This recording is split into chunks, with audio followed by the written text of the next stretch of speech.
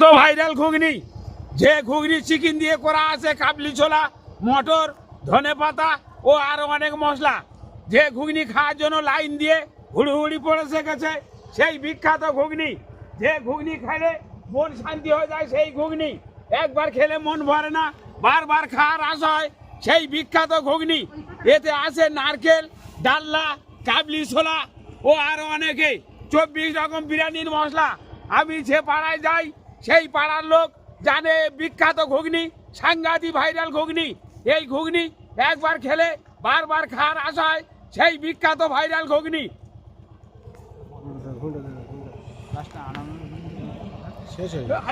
এখন শেষ হয়ে গেছে ভাইরাল ঘুগনি, সেই কারণে দর্শক এত খাওয়া খেয়েছে।